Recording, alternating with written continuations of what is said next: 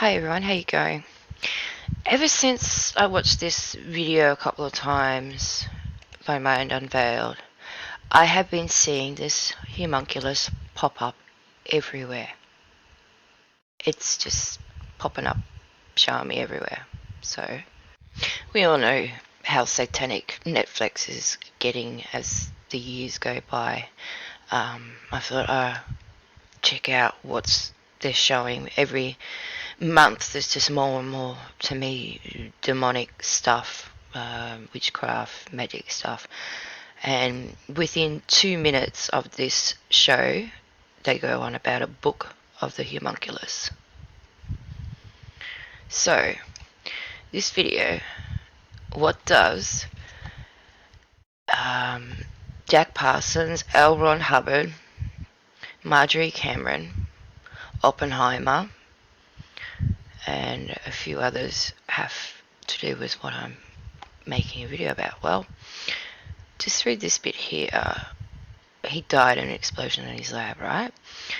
Other speculations include the theory that Parsons was attempting to conjure into existence an elemental being by the way of homunculus experiment that evidently backfired in a big way.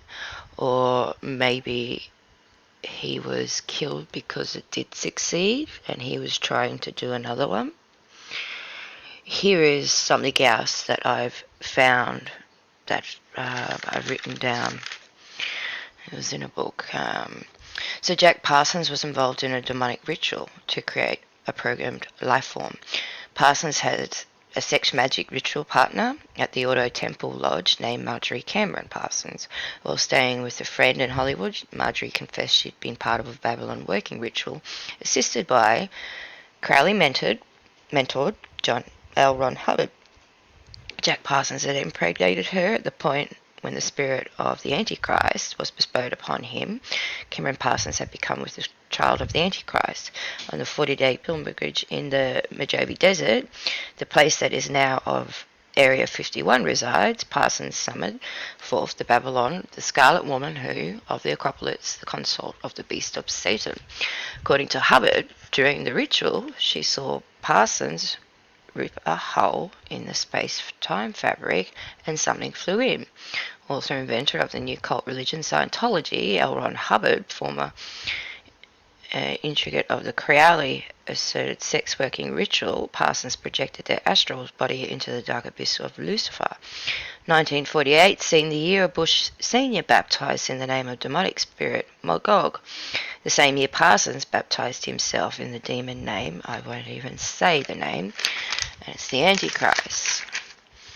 Parsons' twisted intent was to breed what the Kabbalah calls a Glom. A Glom is an artificially created hominoid, usually made from dead human body parts, which is emanated by magicians chanting incarnations and mantras. The magical chanting voice sounds, frequencies, are what the Kabbalists call twilight language. Isaac Bashevis Singer, winner of the Nobel Prize for Literature, once wrote, "The Kabbalah teaches that the dead matter is not really dead, but can be brought back to life as a Glom by chanting mantras. We're living in the epoch of the Glom, making right now the rise of the artificial intelligence." Jack Parsons told his former master that the fetus of the Glom was later extracted from Marjorie Cameron by government agents who delivered it to a special team at the Manhattan Project atomic bomb facility, creation of the Philosopher's Stone. To master the alchemy at its highest level by changing one element into another was accomplished by the Manhattan Project scientists who changed uranium into plutonium, one of the highest secrets of alchemy. Where did these alchemy masters of the S1 Committee of Manhattan Project meet? They met their scientists at Bohemian Grove, men in masks, black robes, listen to the manic laughter of Satan. It was Bohemian Grove where the consumption of thousands of years of alchemical atomic knowledge, that power was unleashed within the Trinity atomic bomb test in the New Mexico desert.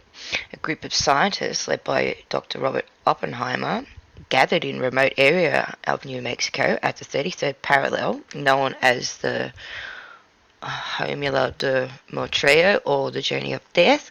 There at 5:29 a.m. on 16th July 1945, the military detonated the first ever atomic bomb. American author Michael Hoffman, Secret Societies and Psychological Warfare, speculates that Marjorie Cameron's Glom fetus may have been placed inside a giant 25-foot long, 12-foot in diameter canister. The mysterious canister was nicknamed Jumbo, made of solid lead and cement. It's conceivable that the fetus was placed inside the center of the canister and that it was irradiated with the blast of the world's first atomic bomb, thus infusing with the demon child with what the Kabbalists called the demonic force of the atomic fire. 2 years later, Parsons told his mother that the Glom child had lived and was a female, and a female of ancient Hindu mantras, was Jewish Kabbalist genius J.L. Oppenheimer. He chanted that as the bomb was being detonated. His team of Manhattan Project scientists took advanced alchemy to its absolute evil limits upon the detonation of the Trinity device. Oppenheimer, the bomb designer, uttered the occult Vedic incarnations. Oppenheimer and his team called the bomb Trinity. But was it in reference to Christian Trinity? Oppenheimer was a Jewish Kabbalist. Or was it in reference to the great beast, the Scarlet Woman, and the Antichrist? Has Crowley's Aeon and Thelema come to fruition? Thelema is the Greek word for willpower. As Crowley predicted, it appears we're in the age of Thelema, where the whole of humanity is now at the mercy of the demons. His black magic was unleashed. Crowley's magic is not omniscient. Humans are fully capable of engaging their own willpower to stop this abomination, more than the mindless cattle only capable of repeating and responding. We have forgotten we are creatures of intention of creation. If we can remember that, wake that up in ourselves, we have a chance. Parsons was a Thermalite occultist, and the the temples and that he was, ended up becoming the Fabian Society. Oppenheimer was into quantum tunneling, molecular wave functions, neurons, stars, black holes, quantified theory, string theory, cosmic ray, new suns, Sanskrit, and refused a Nobel Prize 3 times. Was the bomb made to create the Glom and scare the world? The devil was released. So, with that, I'm going to share this article and a few other things. So stay with me. It might be a bit of a long one, but I ain't cutting it down. Marjorie Cameron, the Scarlet Woman of Revelations, 24th of January 2019. Much has been written regarding the brief but curious partnership between pioneering rocket scientist Jack Parsons and Scientology founder L. Ron Hubbard, including a magic ritual the two men performed in 1946 called Babylon Working. The intent was to conjure a child in the ethereal realm that would be called down and directed into the room of a female volunteer. When born, this magical child would incarnate the forces of Babylon and become the Scarlet Woman of Revelations, symbolizing the dawning of the age of Horus, the coming new eon. Jack Parsons received explicit directions from the great beast himself, Aleister Crowley, on a ceremony to summon the female participant for the Babylon Working. Not long after performing this Crowley ritual, a lightning bolt reportedly cracked outside Parsons' home at 103 South Orange Grove in Pasadena, California, and seemingly out of nowhere, Cameron materialized on his doorstep. So this is it here, 103. So just drop a little pin.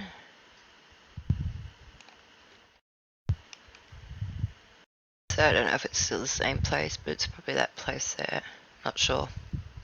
So, seemingly out of nowhere, she materialized on his doorstep, a striking figure of unusual beauty with fiery red hair, appearing disheveled and unaware how she had landed on Parsons' doorstep.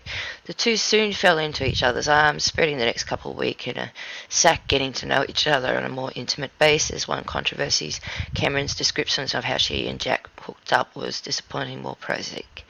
But however their first encounter actually went down, the two began a torrid love affair that ultimately consumed in marriage in October 1946. So Parsons and Cameron in a ritual attire. From the outset of their relationship, the spectre of flying saucers surrounded Parsons and Cameron's relationship. While sitting in the garden at Parsons' mansion one day, Cameron witnessed a silver cigar-shaped UFO hovering silently overhead. When she related this sighting to Parsons, he considered it was a sign that she was the chosen one with whom to conduct the Babylon working. Parsons' life ended with a monumental bang in 17th June 1952, where he blew himself up to smithereens while mixing it at his home.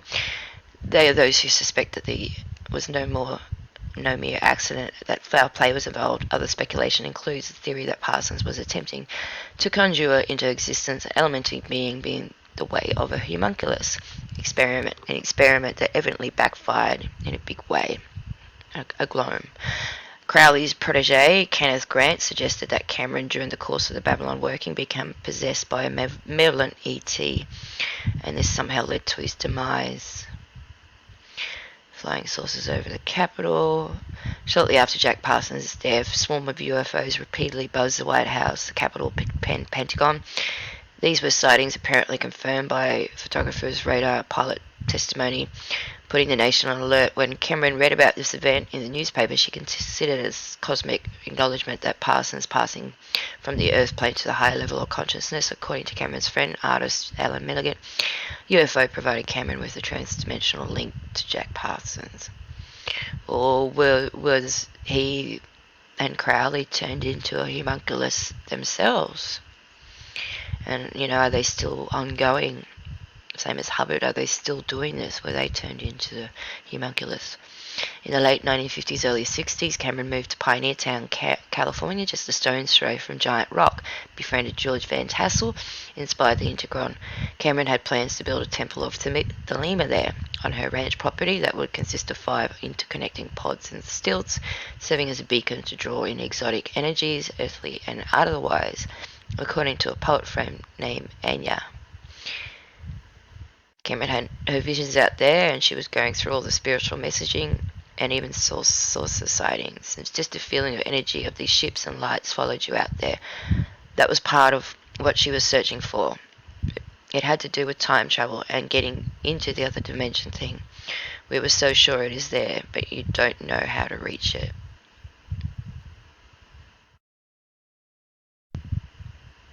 And was, the whole of nuclear power thing was, just a thing to either power up these devices or to create these sort of things, So here's another page about the Hubbard and the Babylon working. Babylon ritual was a series of rituals performed in 46 by Parsons. I think he started it before 46 with Oppenheimer. So, a note on the underlying philosophy. The present age is under the influence of the force called magical terminology, Horus. This force relates to fire, Mars, the sun, and that is to power, violence, and energy. It also relates to a child being innocent, i.e. undifferentiated. Its manifestations may be noted in the destruction of old institutions and ideas, discovery and liberation of new energies, and the trend towards power, governments, war, homosexuality, infanticism, schizophrenia. This force is completely blind, depending upon the man and women in whom it manifests and who guide it. Obviously, its guidance now trends towards catastrophe. The catastrophe trend is due to our lack of understanding of our own natures, the hidden lusts, the fears, the hatreds resulting from the warping of the love urge, and the underlying that natures of all Western people have taken homicidal and suicidal direction. This impasse is broken by the incarnation of another sort of force called Babylon. The nature of this force relates to love, understanding, and Dionysian freedom. It is a necessary counterbalance or correspondence to the manifestation of Horus. And its indication of the force is actually incarnate in some living woman as a result of the described magical operation. It's more basic matter. However, the indication of this force is incarnate in all men and women and needs only to be invoked to a free spirit from the debris of the old aeon to direct the blind force of Horus into constructive channels of understanding and love.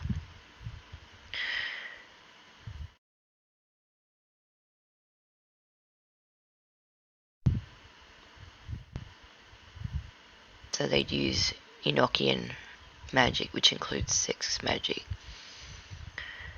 Enochian magic is one of the most controversial aspects of the Rosicrucian magic. Israel Regardie warned that it's a very powerful system, and if used carelessly and indiscriminately, they will bring about disaster and spiritual disintegration. Paul Foster's case considered the Enochian system to be hopelessly tainted and removed Enochian magically entirely when he reformed the Golden Dawn material into his. Donald Tyson has even suggested the Enochian magic was revealed to John Dee as a means of setting the motion of the destructive forces of the apocalypse, as described in the book of Revelation in the New Testament.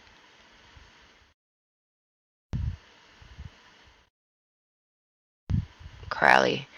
Ultimate goal, sought through sex magical, went far beyond the mundane desire for material wealth and mortal power. In his most exalted moments, Crowley believed that he could achieve supreme spiritual power, the power to conceive the divine child, a godlike being who would discern the moral failings of the body born of mere women. The goal was to create a divine fetus, Crowley suggests, lies in the heart of many Stoic traditions from ancient Mesopotamia to India to the Arab world. So it's the greatest idea of the magicians to obtain a messiah by some adaptation of sexual progress.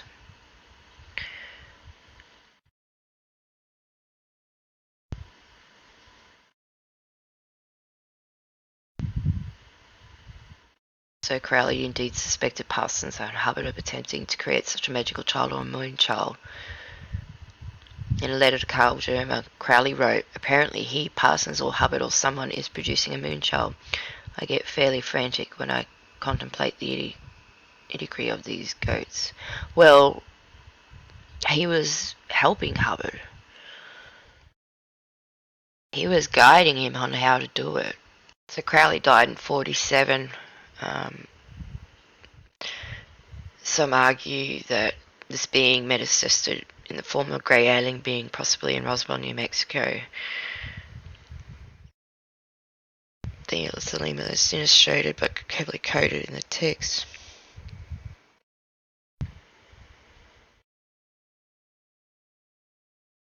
So a sketch of the Enochian entity from Crowley looks strikingly similar to the quintessential greys.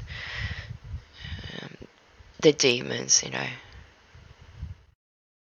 It all happened in 46, just prior to the Roswell incident in 47. So the FBI investigated Parsons for having classified documents from work. Also, Oppenheimer got investigated for his links to communism, but I don't think it was that. I think there was other stuff that he was investigated for.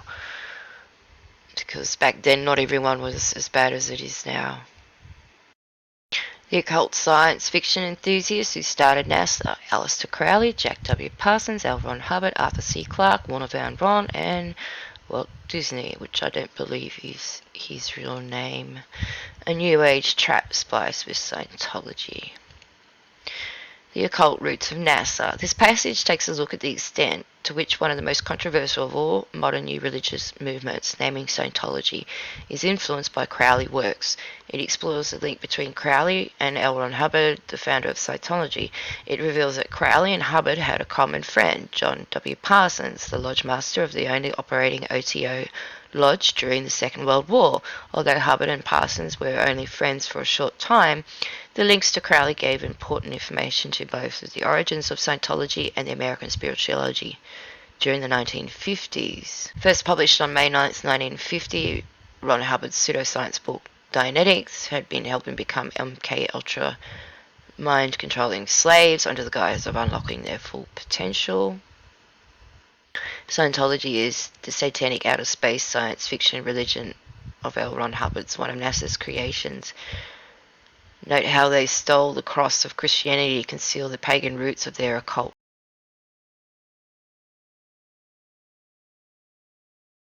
Scientology is the outer space alien invasion religion that helps set up NASA's alien invasion narrative. All planned. Satanic roots of Scientology can be traced back to Aleister Crowley, have nothing to do with fruitless deeds of darkness, but rather expose them, as Ephesians 5:11. It is well documented fact that the religion of Hubbard was Satanism. Hubbard's mentor was in fact the infamous English black magician Aleister Crowley. Hubbard reportedly discovered Crowley's works as a teenager on a trip to the Library of Congress with his mother. Thereafter, he is fascinated by Crowley's magic, and Crowley became Hubbard's mentor, a relationship that would last until Crowley's death in 1947. In one of his latest lectures, Hubbard would refer to Crowley as my good friend, Miller, page 135. Crowley's most famous book was called The Book of Law, which he expressed his philosophy for life: do what thou wilt shall be, the whole of the law. It is a philosophy Hubbard was to live by throughout his life. 1946, Aleister Crowley left The Sorcerer and the Mystic, who dabbles in black magic, earned him the title of the wickedest man of the world, found new discipline and welcomed him to one of his occultist communities in California. The extraordinary activities of his new and enthusiastic disciple are described as a vast collection of papers owned by the former admirer of Crowley, which we have examined. The man in question is Lafayette Ron Hubbard Wright, the head of the now notorious Church of Scientology. Crowley wrote in the Book of Law, we have nothing with the outcasts and the unfit. Let them die in their misery. Compassion is the voice of kings. Stamped out on the wretched and the weak. This is the law of the strong, and this is our law and the joy of the world. I am the snake that giveth knowledge and delight, and stir the hearts of men with darkness to worship me. Take wine, strange drugs. Thou shalt not harm me at all. It is a lie. This is a folly against self. Be strong, O man. Lust. Enjoy all things of sense and rapture. The kings of earth shall be kings forever, and slaves shall serve. He is a twisted, demented being. So, book A Billion Years, My Escape from the Life of the Highest Ranks of Scientology, hardcover by Mike Rinder, reveals the inner workings of Scientology. One of the highest ranking deflectors from Scientology exposes major secrets, inner workings of the powerful organisation, and its remarkable memoir. Mike Reiner's parents began taking him to the local Scientology centre when he was just 5-year-old. After high school, he signed a billion-year contract and was admitted into Scientology's elite inner circle, the CEO organisation. Bought to founder L. Ron Hubbard's yacht. Promised training in Hubbard's most advanced techniques, Mike was instead put to work scrubbing the decks. And why would it be like a billion year? Why? Unless they know something, Still, Ryan had bought into the doctrine of his personal comfort was secondary to the higher purpose of Hubbard's world-saving mission. Swiftly rising through the ranks in the late 1980s, Ryan becomes Scientology's international spokesman and the head of its powerful Office of Special Affairs. He helped negotiate Scientology's pivotal tax exemption from the IRS and engaged with organizations, prominent celebrity members including Tom Cruise, Lisa Marie Presley, and John Travolta. Well, they are all who they are because of Freemasonry and etc. And they would have been told they have to do it. They have to influence the sheep. The Scientology logo, the two illuminated triangles with a serpent in the guise of an S for Scientology, is intertwined through them. Yet Reiner couldn't shake this nagging feeling that something was amiss. Hubbard's promises remained unfulfilled at his death, and his successor, David Miscavige, was a ruthless and vindictive man who did not hesitate to confine many top Scientologists, Mike among them, to make a makeshift prison known as the Hole. In 2007, at age 52, Reiner finally escaped Scientology. Overnight, he became one of the organization's biggest public enemies. He was followed, hacked, spied on, tracked, but he refused to be intimidated and today helps people break free of Scientology. In a billion years, the dark dystopian truth about Scientology is revealed as never before. Reiner offers insights into religion that only someone of his former high rank could provide, and tells a harrowing but fulfilling story of his personal resilience. Reaction to South Park's famous Scientology episode, Trapped in the Closet. Them that seek to entrap thee, to overthrow thee, them to attack without pity or quarter, and destroy them utterly. I am unique and conquered. I am not of the slaves that perish, be they damned and dead. Many of Crowley's beliefs have been incorporated into Scientology, especially in the secret upper levels of Scientology called the OT, Tom Cruise Scientology and Satanism. Following Crowley's footsteps, Hubbard adopted some of the practices of the Black Magician, including the use of drugs and the use of affirmations. According to Hubbard's son, his father regularly used illegal drugs, including amphetamines, barbiturates, hallucinogens, including cocaine, poiate, and mescaline. Among the many affirmations that Hubbard was known to have used was the following: all men shall be my slaves, all women shall succumb to my charms, all mankind shall grovel at my feet and not know why. After being discharged from the Navy in 1945, Hubbard did not head for home, where his wife and two small children were living in Burlington, Washington. Instead, he headed directly for a house in Pasadena, California, where electric assortment of people lived, including one Jack Parsons, the leader of the satanic organization called the Ordo Templis Orientis, that was US name for the organization headed in England by Crowley. Parsons wrote to Crowley about Hubbard. About 3 months ago I met Ron, a writer and explorer whom I'd known for some time. He's a gentleman, he has red hair, green eyes, and is honest and intelligent. We've become great friends. Although Ron has no formal training in magic, he has an extraordinary amount of experience and understanding in the field. From some of his experience, I deduce that he is in direct touch with some higher intelligence, possibly his guardian angel. Ron appears to have some sort of highly developed astral vision. He described his angel as a beautiful winged woman with red hair, whom he calls Empress, and who has guided him through his life and has saved him many times. We are pooling our resources in partnership, which will act as a limited company to control our business ventures. I need a magical partner. I have many experiments in mind. Hubbard and Parsons struck up an occult partnership, the result of which was a series of rituals which they carried out with the objective of producing a moon child, an incarnation of Babylon, the unborn child. The woman in her house was chosen to be the mother of his satanic child. So Aleister Crowley, Jack Parsons make headlines for their explorations into sect magic. In order to obtain a woman prepared to bear his magical child, Parsons and Hubbard engaged in 11 days of rituals.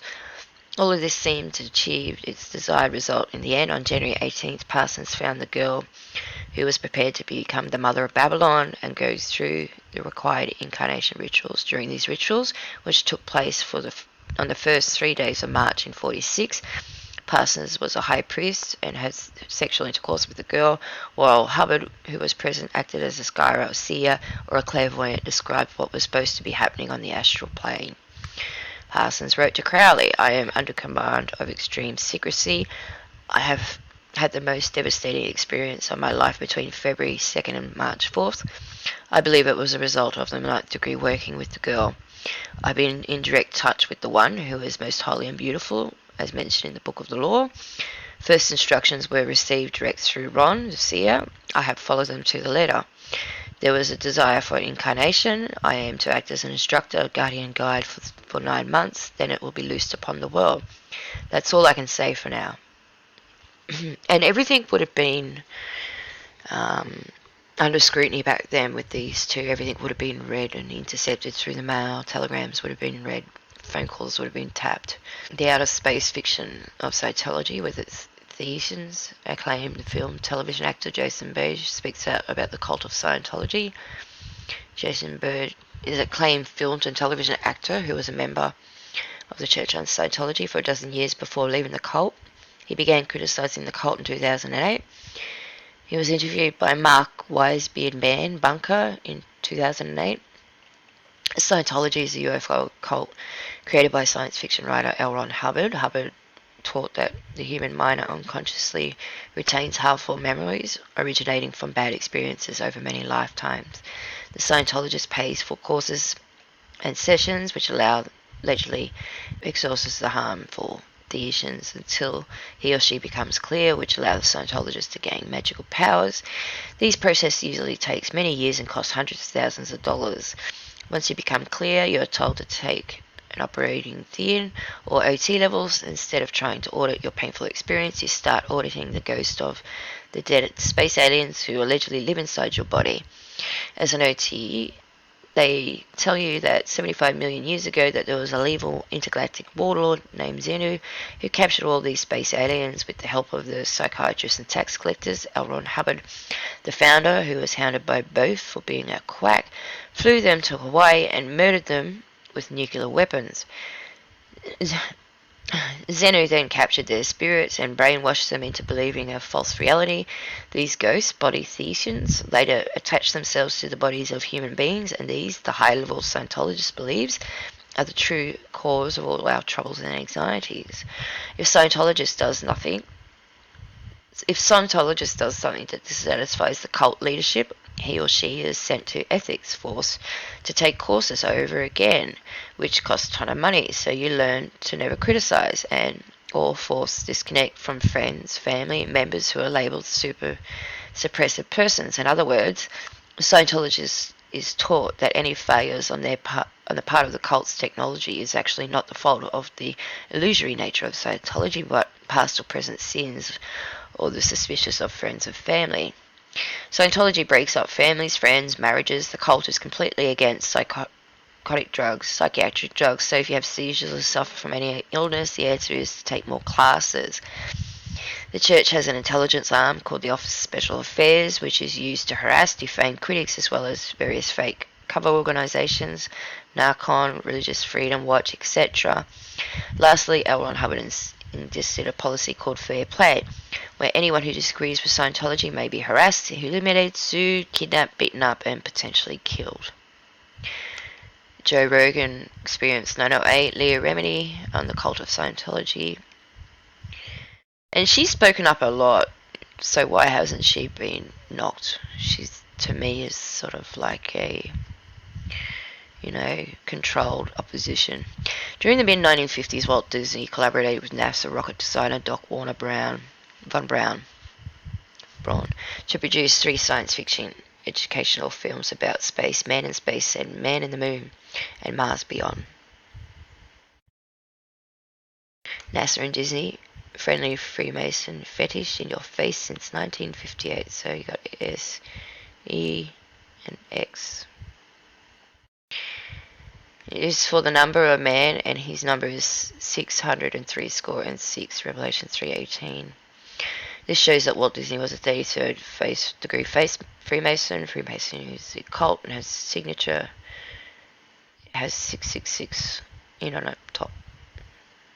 So yeah, he's sixes.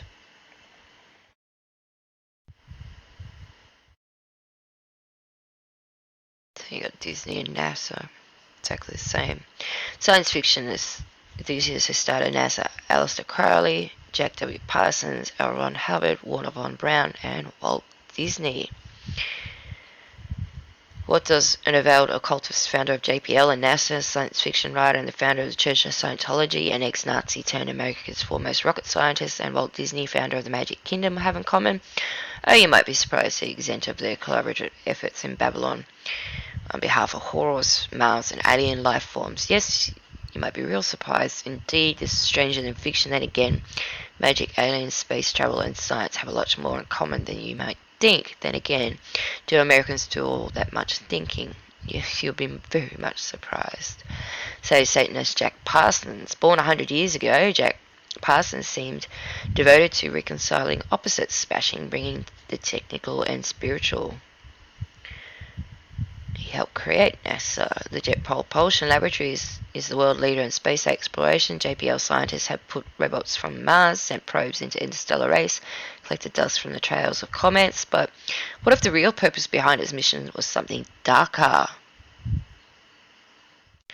Of course, that's not the case. JPL is not part of some just and occultist industrial complex. It does not mingle science with supernatural, yet it's one of its founders did. What if the lab was less interested in exploring of outer space than the depths of the void? What if its researchers huddled around their computer screens in search of paranormal entities or dark gods crawling clear of the event horizons of the nearby black holes? Slain scientist, priest, and black magic cult.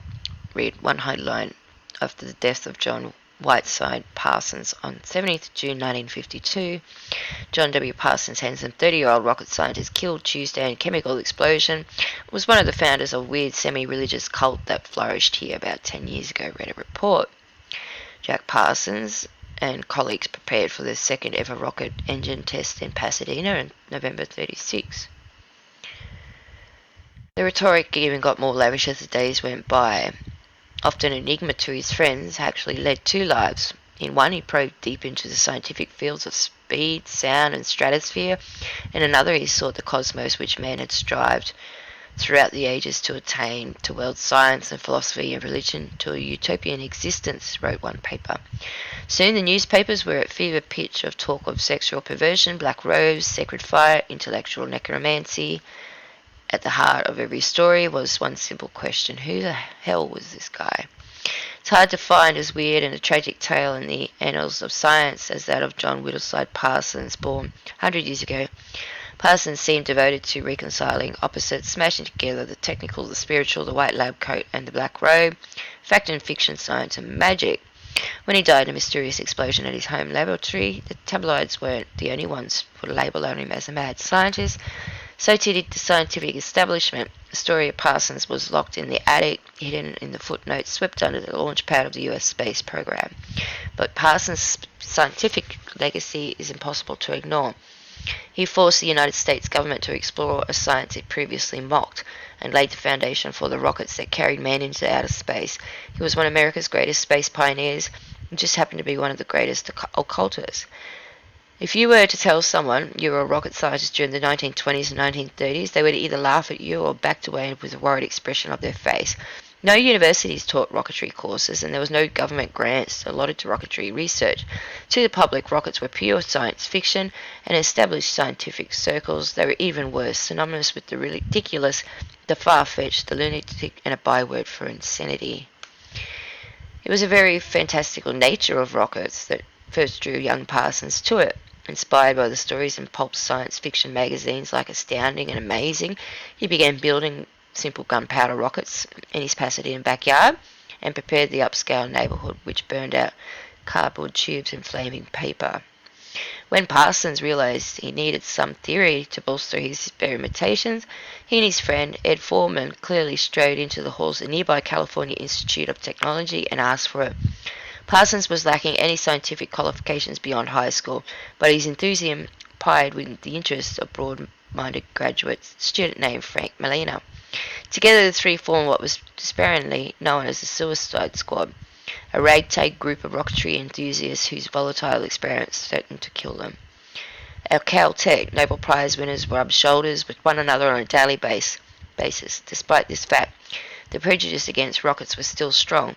Franz Zwicky, a renowned physicist professor, became a particular bugbear of the group. While Molina and Parsons approached him for some help, Zwicky replied, "He told me I was a bloody fool," Molina recalled, "that I was trying to do something that was impossible because rockets couldn't work in space." This was absolutely incorrect, directly contravening Newton's third law of motion. When rocketry godfather Robert Goddard proposed in 1920 that rockets could reach the moon, he was mercilessly and incorrectly mocked in a similar fashion. Zwisky's response made it abundantly clear that although Parsons had been brought into the fold, he was by no means part of the establishment's scientific flock.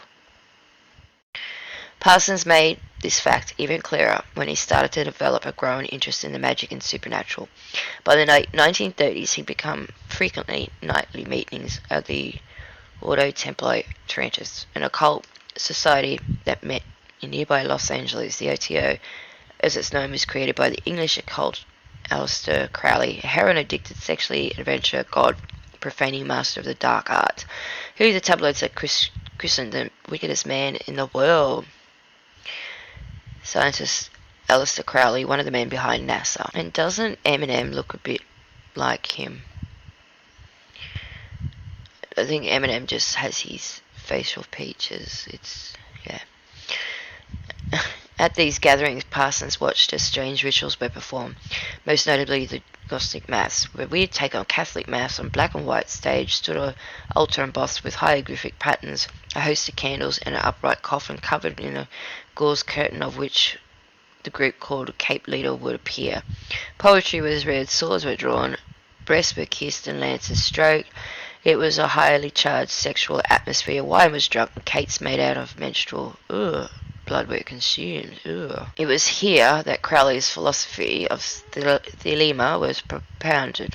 Thelema was a type of religious liberation that spoke of radical individualism and self-fulfillment, and this Thelema group became the Fabian Society.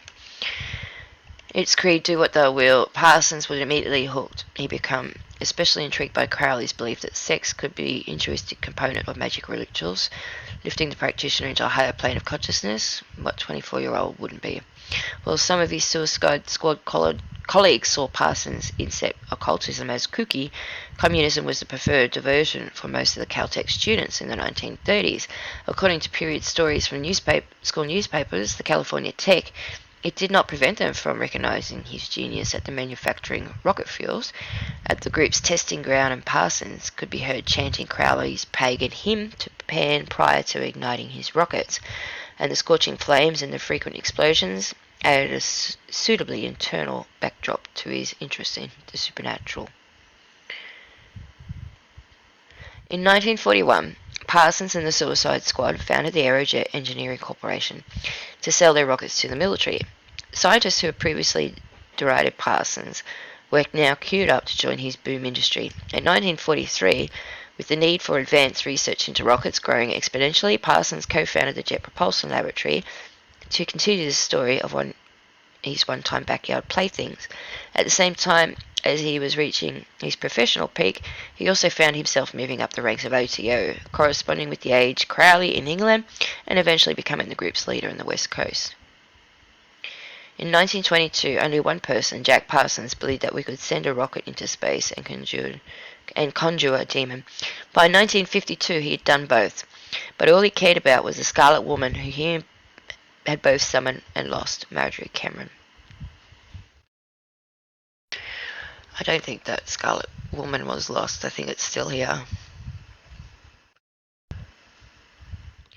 Just think about that for a second. One of the top minds driving America's early rocket program, a program that helped fuel the space race in the Cold War, was at the same time a leading figure of the world of occult. By day, he built rockets for the government. By night, he emerged from a coffin to perform sex magic with followers. But for Parsons, it didn't seem strange at all. He treated magic and rocketry as different sides of the same coin. Both had been disparaged, both derided as impossible, but because of this, both presented themselves as challenges to be conquered. Rocketry postulates that we should no longer see ourselves as creatures chained to the earth, but as being capable of exploring the universe. Similarly, magic suggested there were unseen metaphysical worlds that existed and could be explored with the right knowledge. Both were rebellious against the very limits of human existence, and striving for one, he could not help but strive for the other. 3 years before his death, he wrote of his unusual position in terms that would have astounded any of his backers in the US military, but which for him seemed totally sane.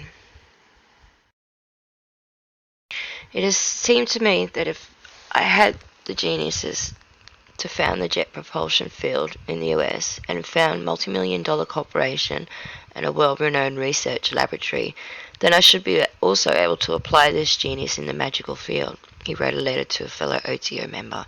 He was shooting for the moon. With money he had earned from Aerojet's booming rocketry business, Parsons bought a mansion in Pasadena's Millionaire Row and moved the OTO's operations into it. It was a huge wooden house. Remembered Liliana Wunderman, Frank Melena's wife. In an interview years later, a big thing full of people. Some of them had masks on, some had costumes on, women were weirdly dressed. It was like walking into a felony movie. Women were walking around in diaphanous tongas and weird makeup, some dressed up like animals, like a costume party. When she told her husband about it, Melena simply rolled his eyes, saying Jack is into all kinds of things. Nicknamed the Parsonage, the house became a natural magnet for all sorts of eccentrics, from the professed witches and Manhattan Project scientists to the science fiction writers thrilled by the discovery of Parsons, a figure seemingly ripped from the pages of the pulps. The sci-fi writer, also Jack Williamson, remembered Parsons as an old enigma. A young Ray Bradbury still is, from writing Fahrenheit 451 and the Martin Chronics, called Parsons a being wonderful and dazzled him with the descriptions of space rockets. Spade de Camp, the author of over 100 fantasy and sci-fi books, declared him as an authentic mad genius if I ever met one. Increasingly, the scientific establishment was beginning to agree with de Camp. Parsons' work with rocket fuels, mixing and meddling chemicals to create something that was both highly volatile, explosive yet controllable, had helped make rocketry a viable science, but he was increasingly perceived as being too weird, too eccentric to keep working with in it. He was accusing of seducing Aerojet secretaries by inviting them back to his mansion while debauchery, drugs, fire dancing ruled. He met visiting scientists at his front door with a snake curled around his shoulders. At work he would arrive late and bedraggled in the mornings in beat-up Packard and would treat in the jet propulsion laboratory as if it was his own private playground. Frank Zwisky, who had dismissed Parsons out of the hand a few years earlier, had by now eaten his words and begun working for Aerojet.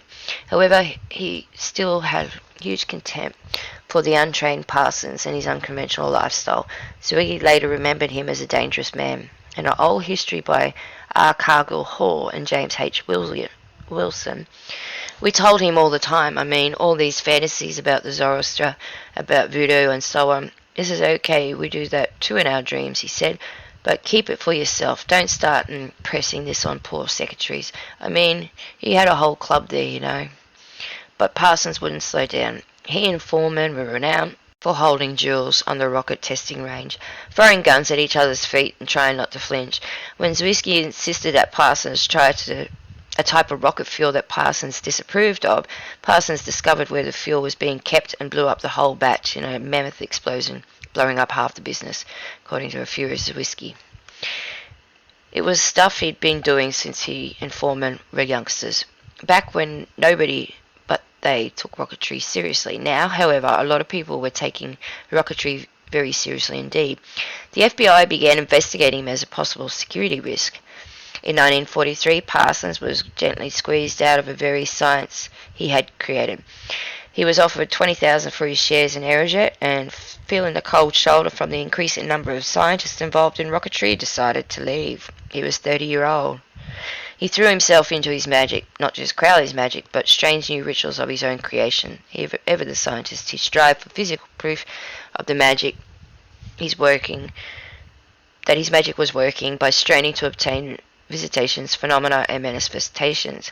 Without his rocketry work to act as a counterbalance, even his fellow OTO members started to worry about his glowing, magical intensity. There is something strange going on, wrote Jane Wolfe in a letter to fellow OTO member Carl Garner.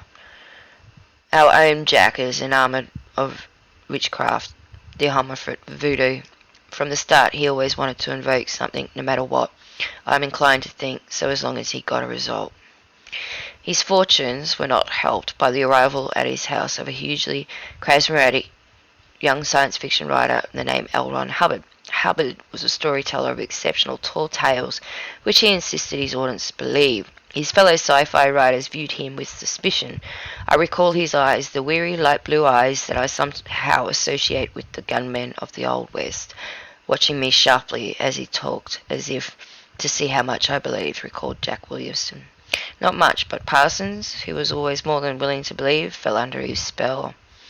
They fenced together, discussed magic together, even performed magic rituals together. Hubbard moved into Parsons' mansion, taking to the air of free love like a fish to the water. Worked his way through the denizens' girlfriends, wooing them and wowing them in equal measure. Whether you were an OTO member or a sci-fi writer, no wife or girlfriend was safe from Hubbard's seductive pull, not even Parsons. But Hubbard made up for it by helping Parsons on the greatest magical working he had yet attempted. This was known as the Babylon working, an attempt by Parsons to incarnate an actual goddess on earth. For weeks the two of them engaged in a ritual chanting, drawing occult symbols in the air with swords, dripping animal blood on ruins, and masturbating in order to impregnate magical tablets. The Babylon working was a series of magical rituals performed in 1946 by Jack Parsons. I think it was actually before that when they'd done the bomb testing.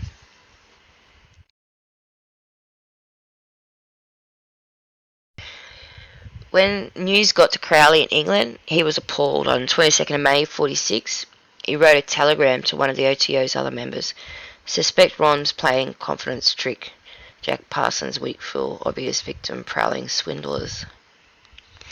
At the end of it, Parsons believed the magical working had been a success, declaring it the greatest achievement of his life, but Crowley was right about Hubbard. In July 1946, a letter to Crowley, Parsons wrote that under the guise of investing in business venture, Hubbard had run off with Parsons' girlfriends, $20,000 of his money, sending Parsons into a spiral of doubt and depression. He managed to obtain some consulting work on rockets, but was swept up in the Red Scare of the post-war years. He was accused of consorting with communists in the pre-war years and being involved in what the FBI termed was a love cult. He had his security clearance stripped from him. He was forced to pump gas, fix cars, and eventually ended up using his incredible scientific knowledge to make explosive squibs for Hollywood movies. Throughout it all, he was insistent that his magical works were as real as his rocketry work. On June 17, 1952, a huge explosion ripped through his home laboratory. Arriving police found Parsons still alive, although half his face had been ripped off, exposing the skull beneath. His right arm was missing. Surrounding him were rocketry papers, pentagrams, occult drawings, chemical formulae. He died shortly after. He was just 37 years old. He was also born, I looked up, in the year of the fire dragon. And next year is Year of Fire Dragon. I was looking on another website that was going on about his occult stuff, and it showed, how they believe in that stuff, and it comes back. That next year is going to be a very bad year. Hope not. Just pray against it. Science fiction writer Arthur C. Clarke, who worked with Stanley Kubrick in the movie 2001: A Space Odyssey, helped sculpt an outer space narrative that the world become the Apollo moon mission and NASA. Sir Arthur Charles Clarke, 16th December 1917 to the 9th March 2008, was an English science writer, futurist, inventor, undersea explorer, and television series host. Arthur Charles Clarke, working with Stanley Kubrick in conjunction with NASA to create science fiction material.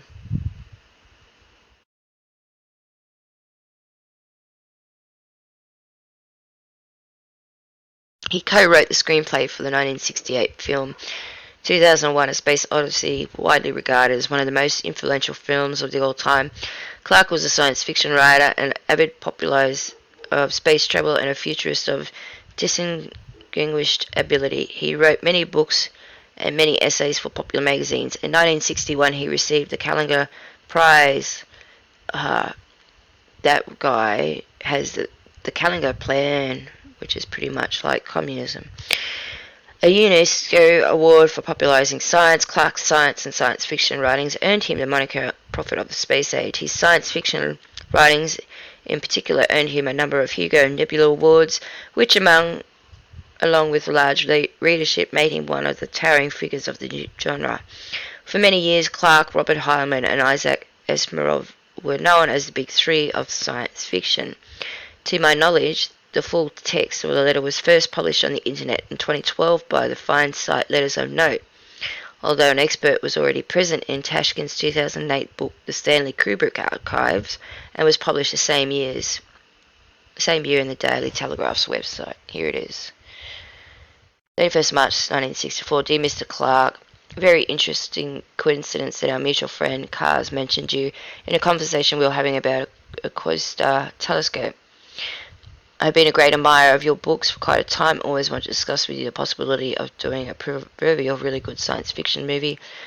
My main interest lies among these broad areas, naturally assuming great plot and character, a reason for believing in the existence of an intelligent extraterrestrial life, the impact, perhaps even a lack of impact, in such quarters such as Discovery would have on Earth in the near future, a space probe with a landing and exploration of the Moon and Mars. Roger, tell me if you're planning to come to New York, blah blah blah. NASA's occult origins in the Operation Paperclip. Operation Paperclip was a secret United States intelligence program in which more than 1,600 Nazi German scientists, engineers, technicians were taken from the former Nazi Germany to US for government employment after the end of World War II in Europe between 1945 and 1959, conducted by the Joint Intelligence Operations Agency. It was largely carried out by special agents of the US Army Counterintelligence Corps. Many of these personnel were former members and some were former leaders of the Nazi Party. They were high up. Knowing that taking in a high-ranking Nazi scientist was a pretty terrible look, government officials attempted to whitewash the histories of some of these recruits. Still, there's little doubt that many of these were fully fledged Nazis. You have to be a Nazi ideal, so I can't say that word, sorry, to move up the chain of command so high. Anne Jacobson, the author of Operation Paperclip, a secret intelligence program that brought Nazi scientists to America, told NPR in 2014, it's almost like someone who had a hedge fund manager in the United States trying to take the line that they don't believe in capitalism, you know. Braun wasn't the only Operation Paperclip recruit to personally participated in atrocities. Rocket expert Arthur Rudolph was brought to the US in 1945 and he worked for the Army and NASA. He too helped develop the rocket technology used in the Apollo program and is awarded NASA's highest honor, its Distinguished Service Medal. In 1984, Rudolph surrendered his American citizenship and moved to West Germany to avoid prosecution after being investigated by Eli Rosenholm, one of the US government Nazi Huntington Bureau of Special Investigations Office, uncovered evidence of his participation in war crimes. Rudolph had worked at a factory attached to a concentration camp in which at least 20,000 people died, used prisoners for slave labour, and had been present at hangings. Warner von Braun and President JFK, November 1963. So, there's some stuff that really deep occult stuff that went on with this lot, and I really do start to wonder if they did succeed in the creation of that homunculus.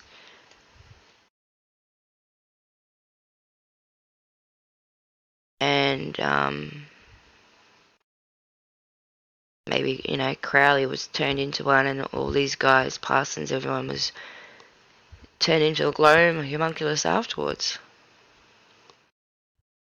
If someone's interested, I'm not going to do this sort of stuff because I don't want to bring stuff in and curse myself. But on the search, this book showed up, so it explains what he did, and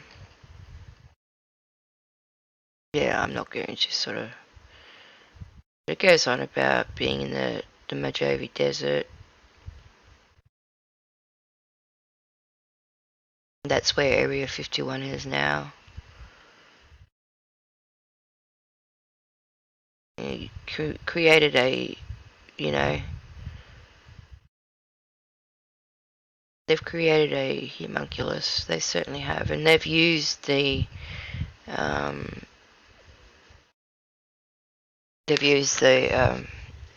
you know, like the light from the splitting of the alchemy atom, and infuse that demon fire into it.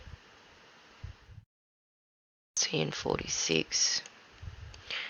See, I think they did the bomb testing in 45. Just be careful. I'm not even reading this. I'm not looking at it I've got my hand over my eyes, but don't. I wouldn't even get into this stuff. But that's the sort of stuff he did. And see that they just can't help themselves, like retracing the homunculus footsteps of Jack Parsons, the eccentric rocketeer, and his partner in magic, L. Ron Hubbard. This is 1st November 2013. Like, it's unreal. They just can't help themselves. Devil's Gate Dam, barrier that defined land since 1920. But long before then, long before Parsons showed up, the Tongavia, indigenous tribe whose territory once spanned present-day San Gabriel, had been picking up bad vibes from a particular run alongside the Arrow Seco River. They could see the Devil's Face right there in the rock side, so much so that the tribe members were apparently forbidden from staying too close to the horned visage. Centuries later, when the country needed a name for its gaudy new flood control project, the choice was easy: Devil's Gate. So sure enough, we'll start it again at the white sign rises in the bush. Goes on a bit here about how the gate meets the river at the mouth of a tunnel.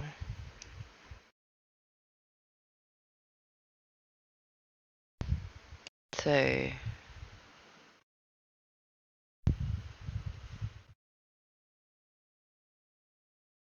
I've never watched that Rosemary's Baby movie. Maybe that is about it as well. The homunculus.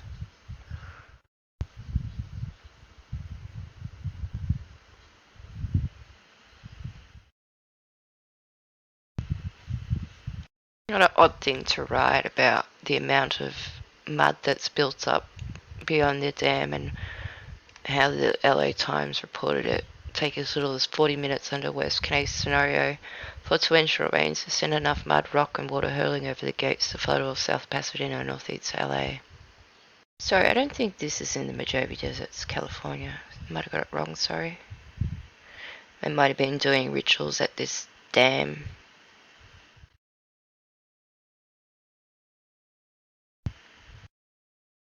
Died of wounds after setting off an explosion of mercury fumarate in a basement experiment gone horribly wrong. 17th of June 1952.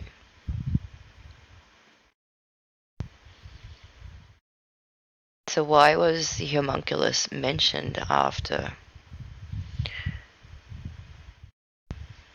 Like, this has just so far been about what he's done.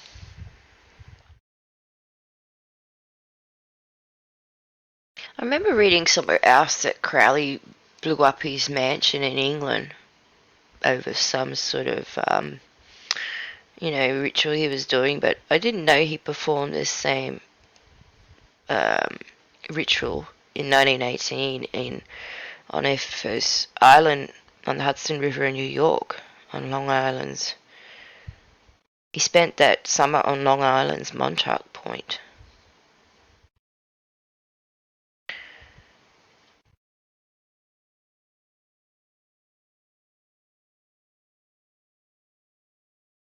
So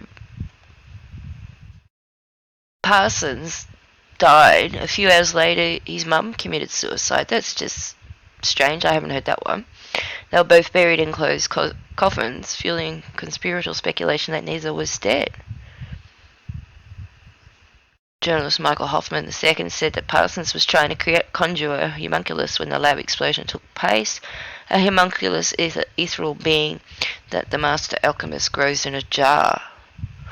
It knows many secrets of the universe, which will impact the alchemist who creates it. On the dark side of the moon, there's a crater named after Jack Parsons. The cover of Nicola's first book, The Montauk Project, Experiments in Time, features an artist's rendition of a rear stallion. Well, that's just like the one at Denver, isn't it?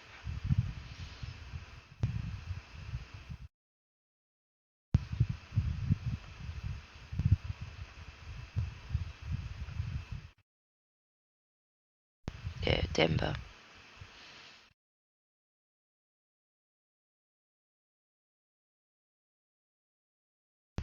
This was interesting. Even before General Patton and his Third Army had reached the Soka works in Pilsen, he'd already discovered the existence of a National Socialism subterranean industrial citadels of Ohrdruf.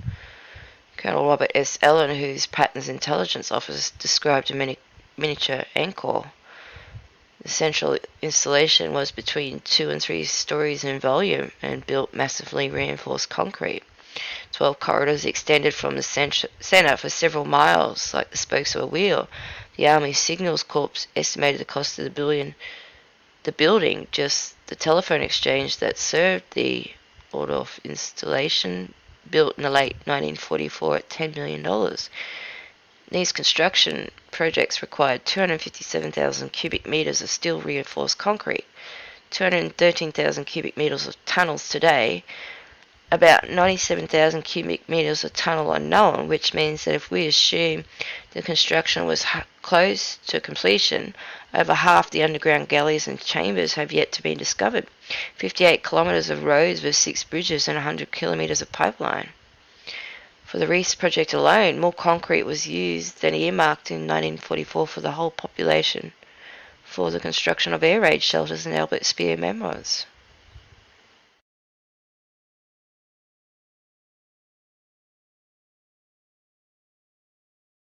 It was started by German magnetic science.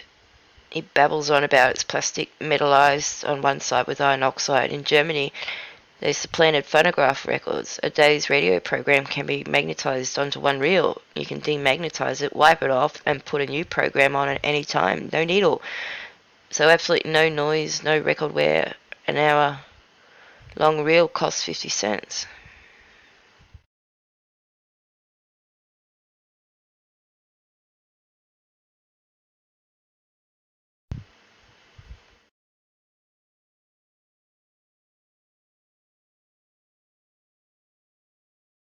Yeah, Roman Polanski's movie Rosemary's Baby is about homunculus, a moonchild via demonic possession of the fetus following a ritualized copulation.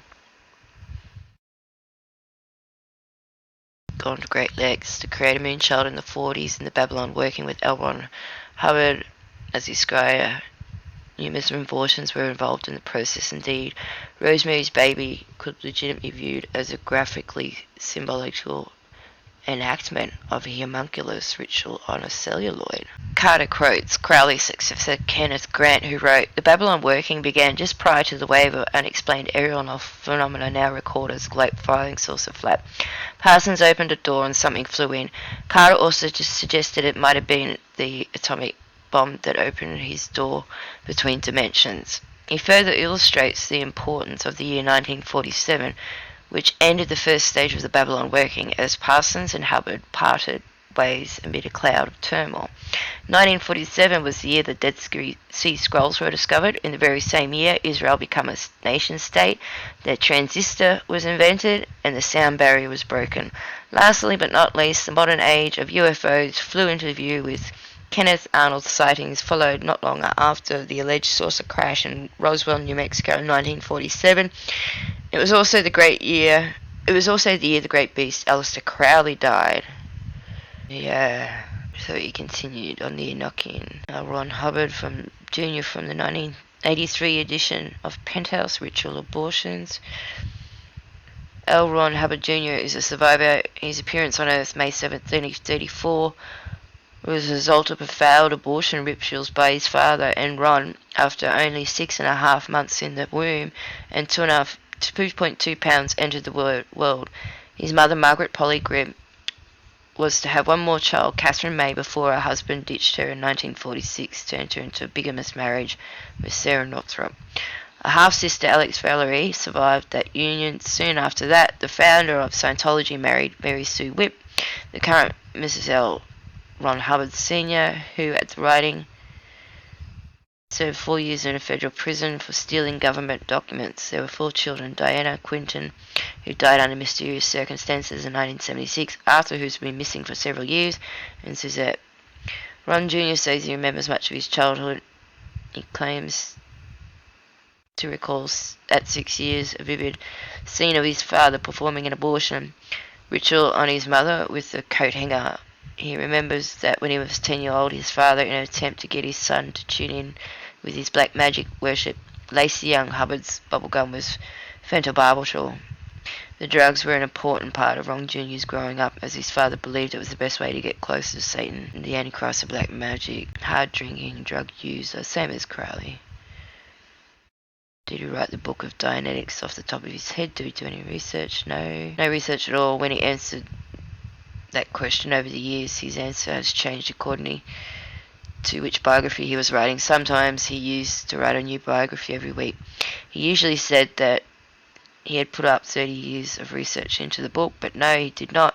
What he did really was take bits and pieces from other people and put them together in a blender and stir them all up, and out came Dianetics. All of the examples in the book, some 200 real-life experience, were just a result of his sessions with abortions and their conscious states. In fact, the vast majority of these incidents were invented off the top of his head. The rest stemmed from his own secret life, which was deeply involved in the occult and black magic. That involvement goes back to when he was 16, living in Washington, D.C. He got a hold of the book by Aleister Crowley called The Book of Law. He was very interested in several things that were the creation of what some people call the Moonchild. It was basically an attempt to create immaculate conception, except by Satan rather than God. Another important idea was the creation of what they call embryo implants, of getting a satanic or demonic spirit to inhabit the body of a fetus. This would become about as a result of black magic rituals, which included the use of hypnosis, drugs, and other dangerous destructive practices. One of the important things was to destroy the evidence if you failed at this immaculate conception. That's how my father's obsessed with abortions. I have a memory of this that goes back to when I was 6 years old. It was certainly a problem for my father in Scientology that I remember this. It was around 1939, 1940 that I watched my father doing something to my mother. She was lying on the bed and he was sitting on her, facing her feet, had a coat hanger in his hand. There was blood all over the place. I remember my father shouting at me, "Go back to bed." A little while later, a doctor came and took her off to the hospital. She didn't talk about it for a number of years, nor did my father. Tried to do an abortion. He tried to do it with me. Aleister Crowley thought himself as such. When Lord Crowley died, his father decided that he should wear a cloak of the beast and become the most powerful being in the universe. Many books have been written about the Manson murders. His involvement in the Solar Lodge, however, less is well known. The successor to Parsons, Applegate Lodge in Pasadena, was located in Southern California and numbered among its adherents as young Charles Manson. Okay, so Manson had been to Parsons. OTO leader Grady McMurdy contacted the FBI following Manson's arrest. John Whittle Parsons, who some claim could be ascended from Irish aristocrat of the Earl of Rose, Richard Parsons, founder of the Irish Hellfire Club, was the OTO leader of the Applegate Lodge in California. He was the inventor of jet-assisted takeoff, founder of the Aerojet Corp, co-founder of the Jet Propulsion Laboratory, of instrumental research behind both U.S. space program, Allied military victories during World War II. Parsons considered himself the Antichrist Belial. He engaged in the homosexual of a 16-year-old boy in 1942. Pasadena police dismissed the charges and reported that the OTO was essentially an organization dedicated to religious and philosophical speculation, with respectable members such as the Pasadena Bank president, doctors, lawyers, and Hollywood actors. In Alchemical Conspiracy and Death of West, Michael Hoffman writes, Parsons, Hoffman tells us the OTO had a temple nearby Mount Palomar.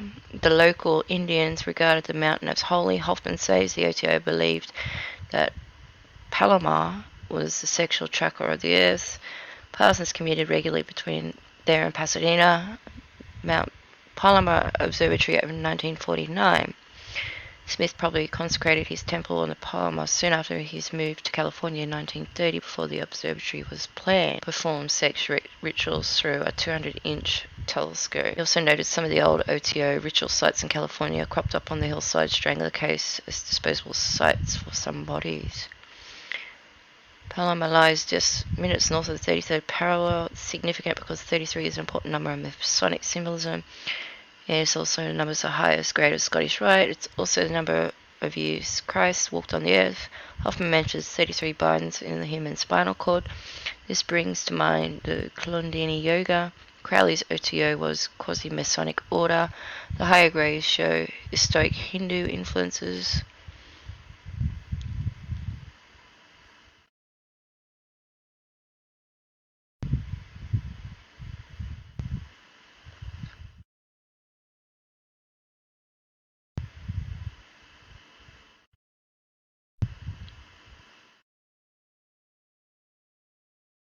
And the rabbi was supposed to be a direct descendant of him. Rabbi Lowe was the tutor of Dr. John Dee, producer of the Enochian system. Rabbi Lowe is most famous, however, for the legend that he succeeded in creating an artificial life, the Kabbalistic entity known as a Glom, a Gentile-destroying monster. Instructions for making the Glom a container in the Sefer Yoshuk, the oldest text. The most famous Glom narrative involves Rabbi Judah Lowe of Mahar of Prague, a 16th century rabbi. He is reported to have created a Glom to defend the Prague ghetto of Joseph from anti-Semitic attacks. The story of the Glom first appeared in print in 1847 in a collection of Jewish tales entitled, I'm not going to try and say it, published by Wolf Parashes of Prague. About 60 years later, a fictional account was published by Yudi Rosenberg, 1909. According to the legend, the emperor made an edict proclaiming that the Jews in Prague were to be either expelled or killed, depending on the version of the story. A Glom could be made of clay from the banks of the Volta River in Prague.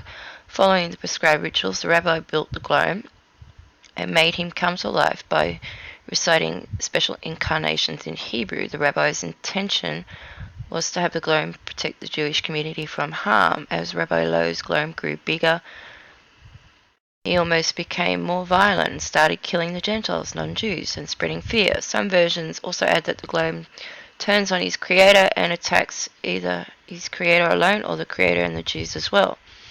In the face of the strength demonstrated and violence perpetuated by the Glom, the emperor begs Rabbi Lowe to destroy the Glom, and in return he would promise that the persecution of and violence towards the Jews would stop. The rabbi accepted this offer to destroy the Glom. He rubbed out the first letter of the word Emet or Aramet, God's truth, from the Glom's forehead to make the Hebrew word. It was made clear to the emperor that the Glom of Prague's remains would be stored in a coffin in the attic of the old new synagogue in Prague, and it can be summoned again if needed. It is said that the body of the Rabbi Lowe's Glom still lies in the old new synagogue in Prague. In some documents, the Glom was stolen from Genza and entombed in a graveyard in this very place. See, I wonder if those tombs of the unknown soldiers are these things. You know, you got one in England and Paris, in Arlington, a new cemetery, and we have a tomb of the unknown soldier here in Australia. Question these sort of unknown tombs. I'll leave all these links in the description if anyone's still watching and wants to check them out.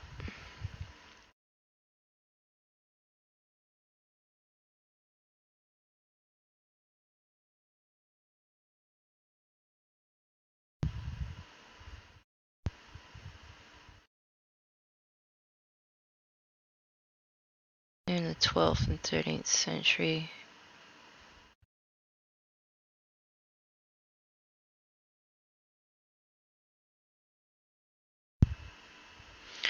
They were connected with rabbis during the Middle Ages. The animation often involved use of secret names of God, which were written on a slip of paper attached to the forearm or arm, or on a clay tablet under the tongue, which could be removed to deactivate it. In nearly all versions of Glom legends, Gloms lack power of speech and unable to make moral judgments since they are created by man, not God. They do not possess a soul and therefore can do no more than is asked of them by their creator. In almost all the Kabbalistic description of Glomes, they are incapable of disobeying the one who created them.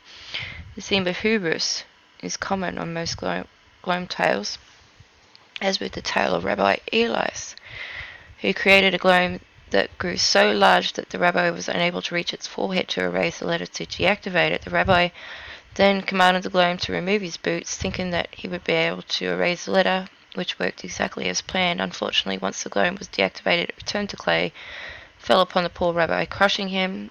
The type of hubris theme is common stories in Glomes, with the creation of the Glom often leads to eventual destruction, similar to the moral found in stories of the monster Frankenstein. Having Glom's servant was seen as the ultimate symbol of wisdom and holiness, and there are many tales of Glom connected to prominent rabbis throughout the Middle Ages.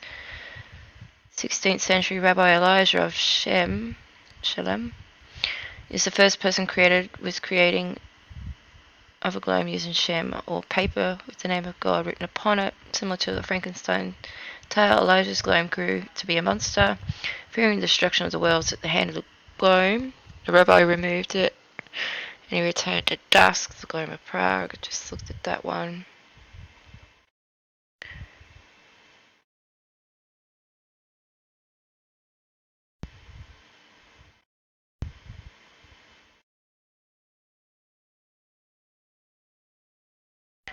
So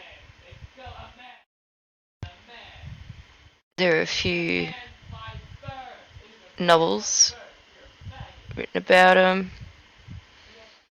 Another notable is Julian Doyle's The Golem, 1936 sequel to the Wagner film.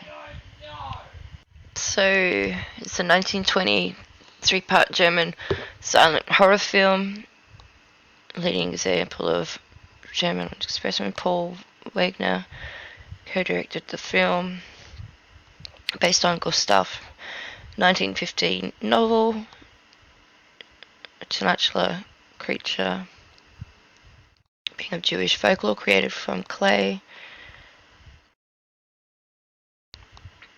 I'll leave all these links in the description. Not much known of the plot since the film is considered lost. I don't think it would be hidden somewhere. Appears to be a takeoff spoof in the early 19 film to Glom.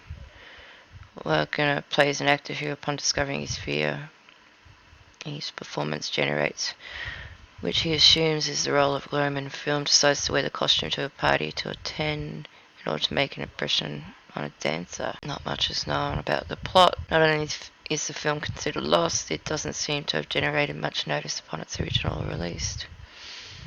I betcha probably be in a vault somewhere. I don't think the Masons would get rid of this sort of stuff. They would keep it.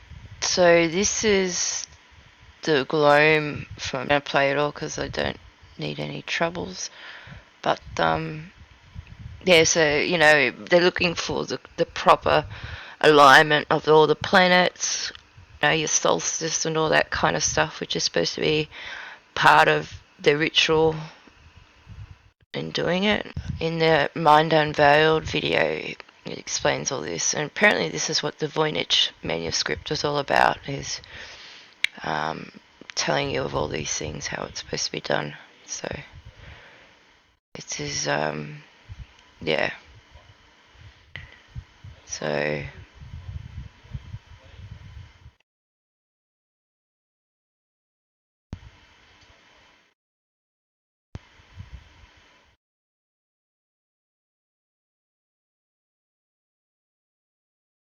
is that it? I don't know. Is that the... That's probably the king.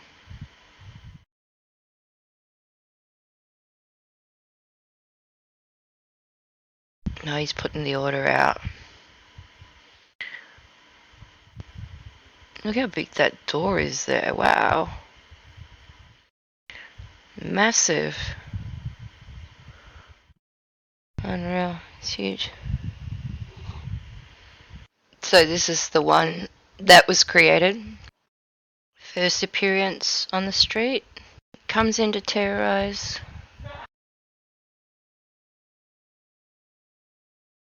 So I'll leave this one in the description for you. You can watch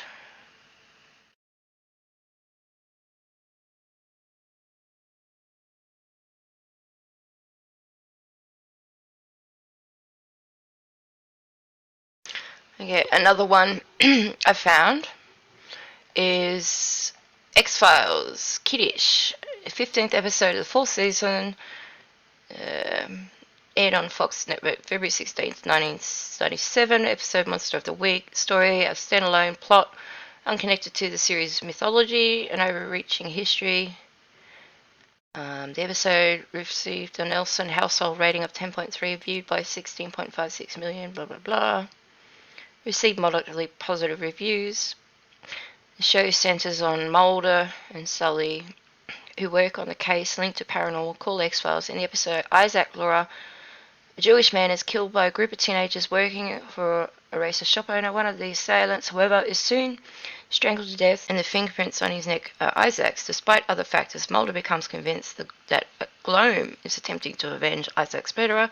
Kaddish was written by Gordon due to his fascination with the legend of the Golem from the kabballa. Originally, the script was called for the antagonist to be an African-American-like character, but Fox was concerned that the show's increasing popularity with black viewers would be damaged by this, and Gordon agreed to make the villains into it. In his own words, cartoonish neo-Nazis, Gastown, Vancouver stood in for many of the exterior shots that was supposed to be Brooklyn. No Jewish synagogue would rent out their space for episodes, so Shaughnessy Heights United Church was renovated to look like one. This included completely redecorating the pews, carpets, light fixtures, as well as a Jewish altar. The episode's title was reference to the Jewish morning prayer service. Kaddish has been critically examined for its themes concerning love and hate. The plot: in Brooklyn, New York, a group of Hasidic Jews gather at a cemetery for the funeral of Isaac Laura, who has been beaten and shot to death by a gang of 3 youths, young neo-Nazis. The last to leave is Isaac's betrothed, Ariel, and her father, Jacob Wise. During the nightfall, a dark figure enters the cemetery, and a craftsman-shaped sculpture out of mud.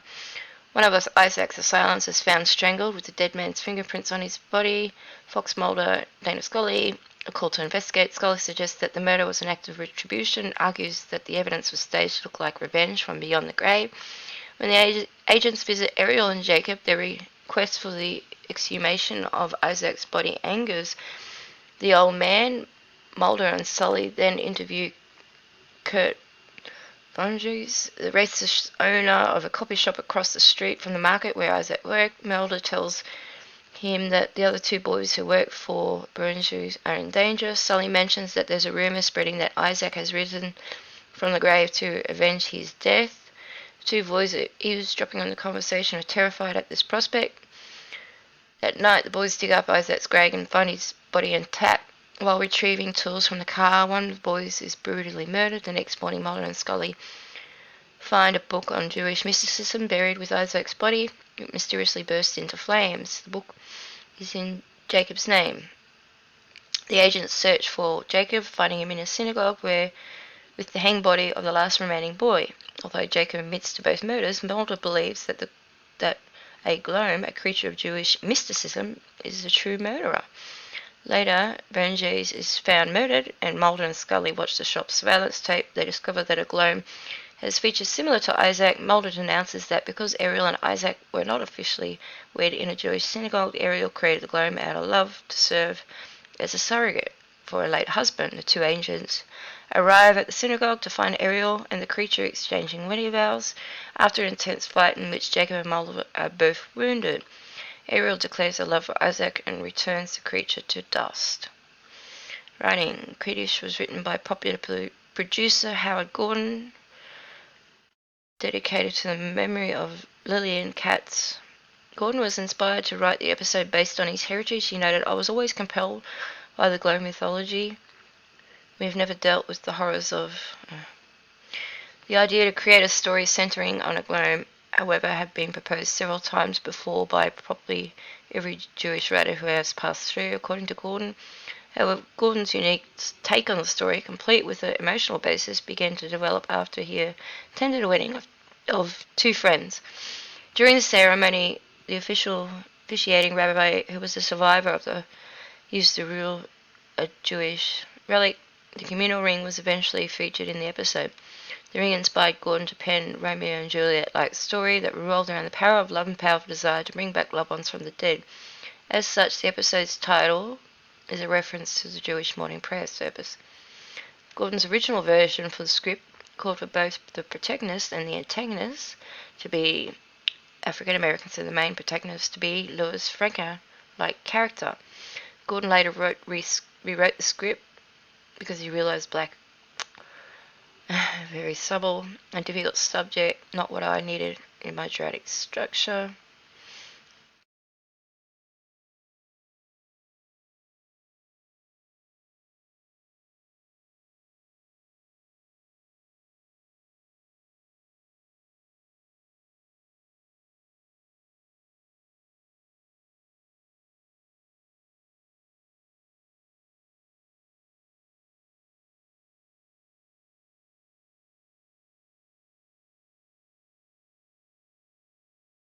Goes on.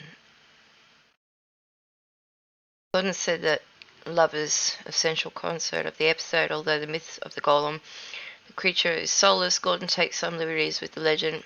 He wants Kaddish to be literally about resurrection. Ariel creates an imperfect reflection of her husband by crafting a Glom from mud. In essence, she's trying to play God, a role that Gordon later likened to Victor Frankenstein, scientist from Mary Shelley's famous novel Frankenstein or the modern Prometheus.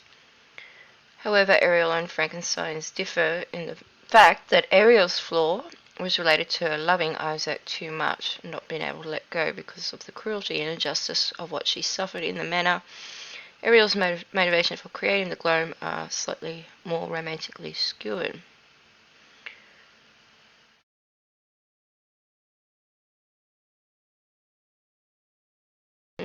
Interesting, eh?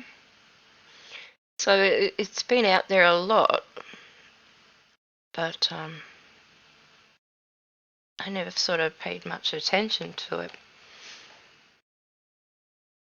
Now, going back to this other one that I was looking at, Parsons' crowning achievement involved Dominican of Crowley's fevered dream. According to an occult investigations, James Shelby Downard and William N. Grimstad, on 16th July 1945 at the Trinity site in New Mexico, the first atomic bomb explosion was accompanied by a huge steel bottle codenamed Jumbo, which weighed nearly 1/2 million pounds. Jumbo was 25 feet long, 12 feet in diameter. It had been custom built at the Eastern Steel Mill and expensively shipped by a 64-wheeler trailer. The government has never given a remotely reasonable explanation for Jumbo. Downward believed that Jumbo contained what Crowley had called the Menachem, an innate body which was inundated with nuclear energy, thus providing a real homunculus, a goal of medieval alchemy. Another major alchemy goal being the creation and destruction of primordial matter, which could have arguably been achieved with this atomic bomb. Early in the century, a Freemason named Peter Kem was ordered to build a highly symbolic gate of death at the key point on the ancient Jondo del Muerto trail. It was to be known as the Gate with the Thousand Doors. At the front of this gate, Kem ceremonially murdered and decapitated by a hooded executioner. So he built the gate and he was murdered, a sacrifice. So it's like the Blue Horse at Denver. I don't think the sculpture fell on him. I think he was sacrificed. The Gate of 1,000 Doors, its creator. And also, before I go on, the sculpture of the Vatican, the guy that made that, which the Pope sits behind, you mirror image it, is demons feeding on humans. He was also killed when the sculpture fell on him, so I think he might have been ritually murdered as well. The Gate of 1,000 Doors, its creator, Peter Kern, a turn of the 20th century Mason, created it both as the entrance to the village of his namesake, Kern Place, which is easily read across the gate, as well as the creation of a symbolic and metaphorical gateway into death. The gateway also marks the entrance to a strip of land known as the Journey del Muerto, sorry for saying it wrong, or Journey of the Dead Man, near El Paso in the extreme west of Texas. It is also alleged that its creator was also ritualistic beheaded beneath it. This image is the element which represents JFK and his assassination in the public eye, which led him to being hailed as a second Christ. Through his death in the spotlight, it is believed that JFK ritualistic passed under the gate and through the Journey of the Dead Man as part of Freemason rite. To clarify any unnecessary rumours, Peter Kern, a turn-of-century Mason, built a ceremonial entrance to his land to represent the historic gateway to death. This is the gateway of death, the Journey of the Dead Man. Some believe that JFK passed through here on his way to Trinity and on to Delaney Plaza. It is located near the El Paso. To my knowledge, it has no affiliation with Nazis, nor do I condone or promote such beliefs. This is merely a physical and bizarre place of architecture I discovered on my quest for knowledge. If you look deeper, you'll see its connection to Adam Cadman as well, Marilyn Manson. The Gate of Death. Note, Kern is standing next to the pillar on the left. Sorry, I don't know why the photos aren't downloading. There are 33 segments in the human spinal column, which according to occult law is the vehicle of the fiery ascent of the Kundalini serpent force which resides in the human body. 33 is the highest degree of Scottish Rite Freemasonry. The create and destruction of the primordial matter occurred exactly on the Trinity site, the place of fire, with the explosion of the first atomic bomb, circulating untold thousands of years of alchemical speculation and practice. Trinity site was chosen as the test site. The secluded Journey of the Dead Man was perfect as it provided of isolation for safety and secrecy, but it was also close to Los Alamos. It's the perfect mystical toponymy, meaning appropriately Journey of the Dead Man. The spot is now marked with an obligatory obelisk. Every year on Halloween, JPL acknowledges Parsons as one of its 5 founders with a memorial of sorts using mannequins in its nativity scene that's on display behind the visitor center. Although status of the Antichrist Baron and leadership role in the California OTO was known to the US government, Jack Parsons had no problem securing a top secret security clearance and finding employment with the Los Angeles Police Department, the Los Angeles Superior Court, the U.S. Army and the Navy, and the National Defense Research Council. From October 1948 until June 1950, Parsons transferred secret documents relating to U.S. rocket and defense technology to the Israelis. He was caught by personnel from the Propulsion and Research Development Laboratory of Hughes Aircraft, but the U.S. Attorney declined to prosecute Parsons for treason or espionage after intervention from J. Edgar Hoover, who was also a Mason. Parsons' ties to the world of science fiction did not stop with L. Ron Hubbard. His influence with Ray Bradbury, Robert Heinlein is well known in science fiction circles. Parsons himself was inspired by sci-fi writer Jack Williamson, writer of Darker Than You Think, works consulted.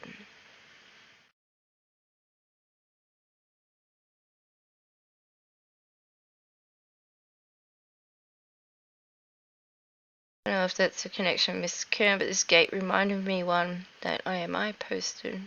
Eagle Gate. Don't know where that one is.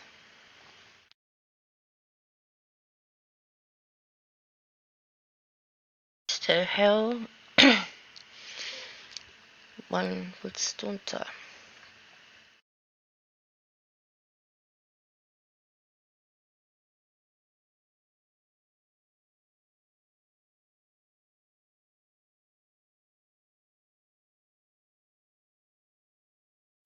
I wonder if that's why all the elite are into submarines.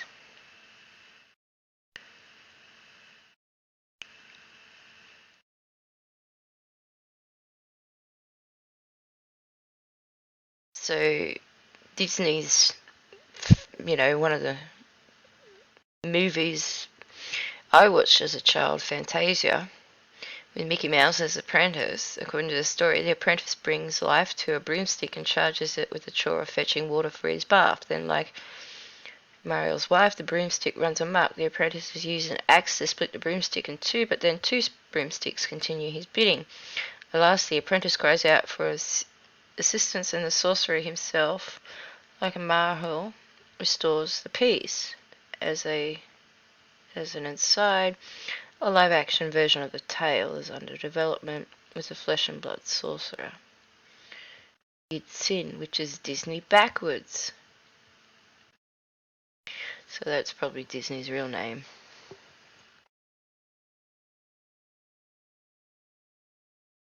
The Talmud and Jewish folklore are replete with tales about creation and destruction of Gloms. Rabbi Reva, a 4th century sage, sent a Glom to Rabbi Zerah. Rabbi Zerah commanded it to speak, but the mute creature remained silent. Rabbi Zerah knew that it could not possibly be a real man, and that it must be destroyed. He told the Glom to return to dust, and it did.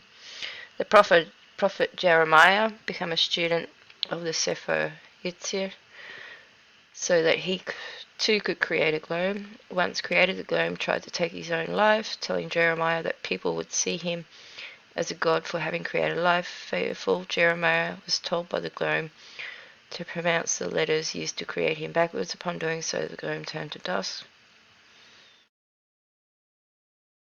One where the Glom grew to such huge proportions that he feared the creature would destroy the world. Even poet Solomon Gabriel of Spain, the story goes, created a Glom. In this case, it was a woman. The tale is unspecific as to how or why she was created, but her life was short-lived. Gabriel was challenged by local authorities for misusing the name. Gabriel showed him that she was an incomplete creature and that she returned to a pile of wood from which she was built. I wonder if Pinocchio is also similar, instead of, being made of wood as a puppet. I wonder if he was sort of created and then they've just told the story that way.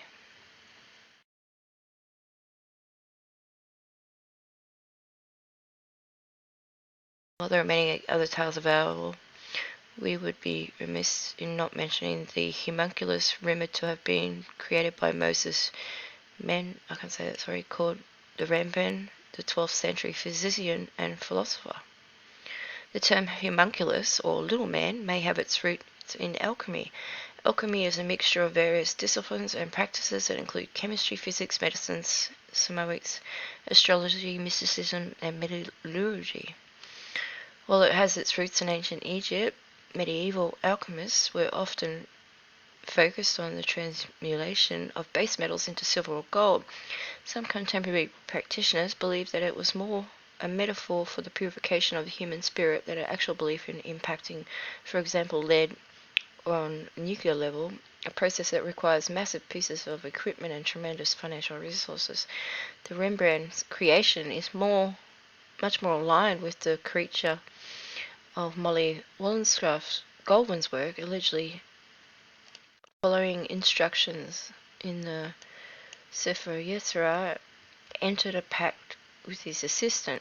He allowed his assistant to be killed by the angel of death.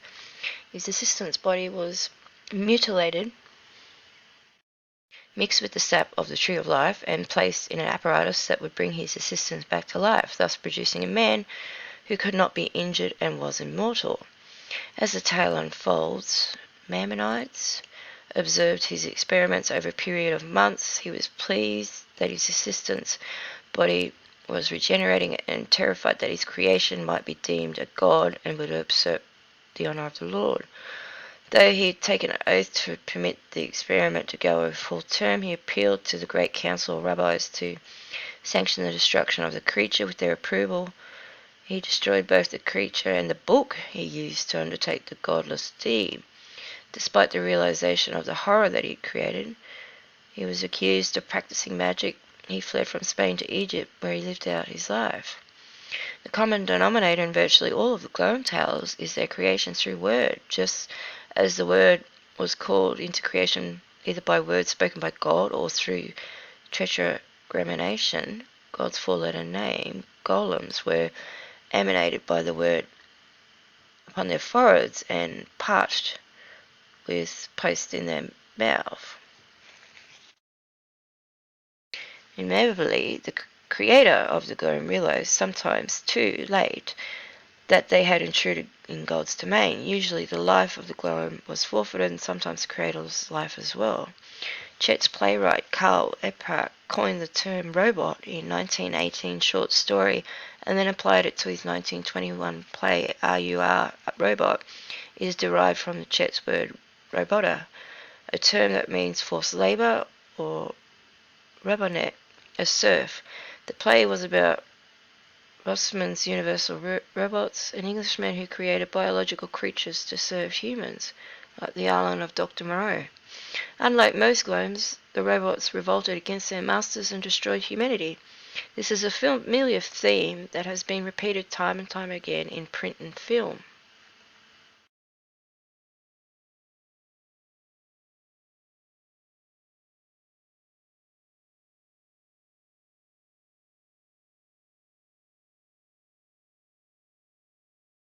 Though born a Jewish, Espot's religious education was minimal. He considered himself a humanist. He even served as president for the American Humanist Association, a biochemist by training.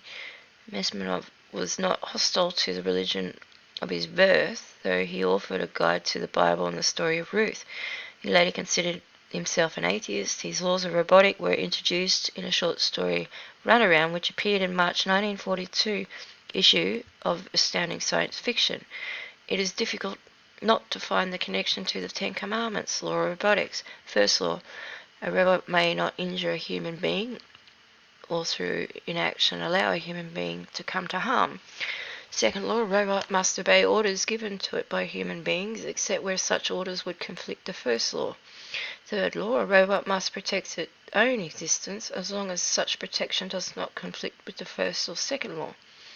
The laws become the guiding principles not just for his creations, but also for robots, androids, sentient computers, and the school for synthetic life forms from that day forth. The survey of stories created from print or film testifies to the power of the laws and underscores the impact of the original Decalogue on work, even so far afield from the original intent.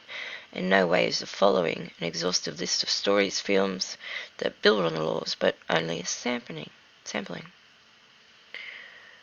Based on Harry Burt Shaw's story, Farewell to the Master, The Day the Earth Stood Still, with a remake stated for 2008, features a towering, featureless robot not unlike a Glom named Gort.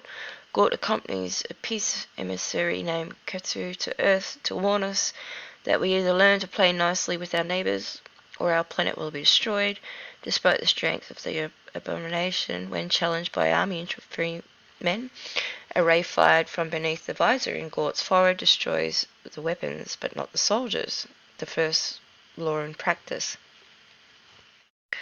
Loosely based on Tempest by William Shakespeare, the film Forbidden Planet, 1956, remarkably parallels the play. Robbie the robot is obedient servant.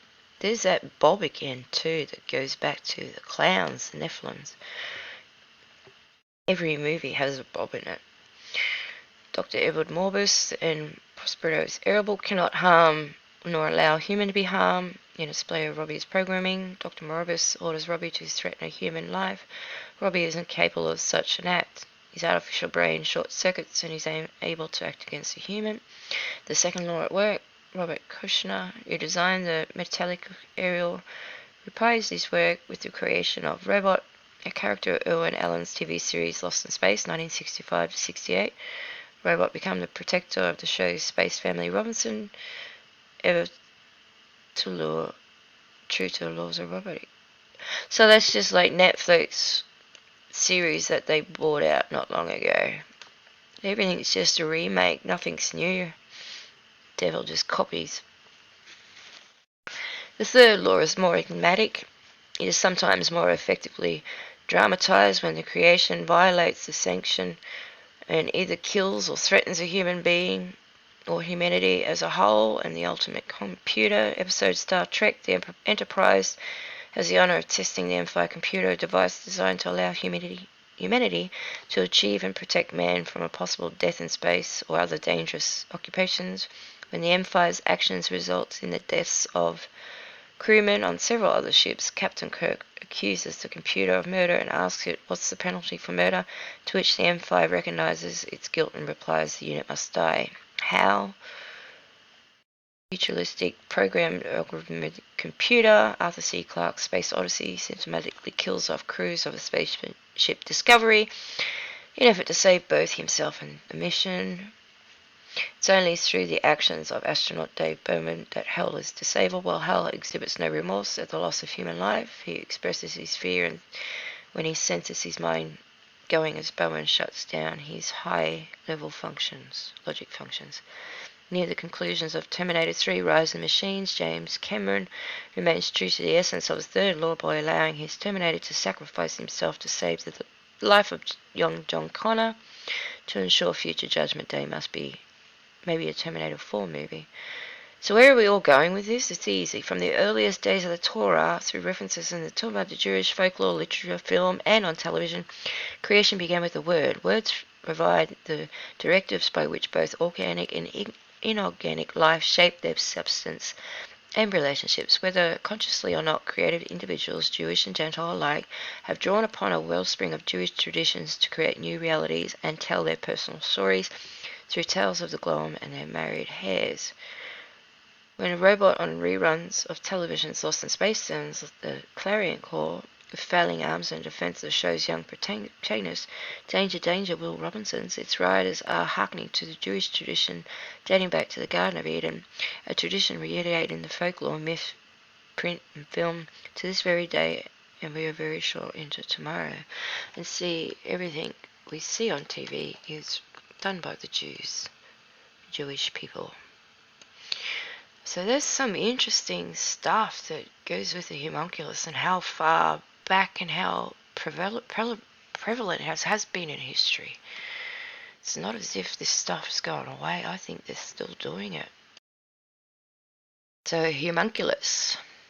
A homunculus, an artificial man supposedly made by the alchemists and especially by Paracelsus to manufacture one. Paracelsus stated that they needed sparagate, a term probably coined by Paracelsus, implying an alchemical process using semen. Substances should be sealed in a glass vial and placed in horse dung to digest for 40 days. At the end of this time, something will begin to live and move in a bottle. This is sometimes a man, said Paracelsus, but a man who has no body and is transparent. Nevertheless, he exists, and nothing remains but to bring him up, which is not more difficult than making him. This may be accomplished by feeding him all day over a period of 40 weeks and without extracting him from his dunghill with the anchorum of human blood. At the end of this time there should be a living child, having every member as well proportioned as any infant born of a woman. He will be much smaller than an ordinary child, although his physical education may require more care and attention. Early in the 20th century, magician Aleister Crowley wrote a novel that deals with the production of a kind of a homunculus he terms a moonchild, the name under which the novel was eventually published. Crowley wrote of magic rite to introduce a particular type of spirit to incarnate into an embryo, which a woman would then carry to birth. During the 1940s, Jack Parsons, head of OTO Lodge in Pasadena, California, carried out this sex ritual with Marjorie Cameron and a third person who acted as the seer for the process, which was L. Ron Hubbard. Crowley, angered by the reports what Parsons had done, which is not true because Crowley was friends with Parsons, ordered an investigation into the lodge, by which time the operation had been completed. Sources: King Francis, The Rites of Modern Occult Magic, New York, Macmillan. Crowley knew about it. So if you're still with me, thanks for hanging around. I hope you find it as interesting as I have. I'll leave this book link in the descriptions. So yeah, thanks for watching. Like, share, subscribe, or not. Have a great day. Bye now.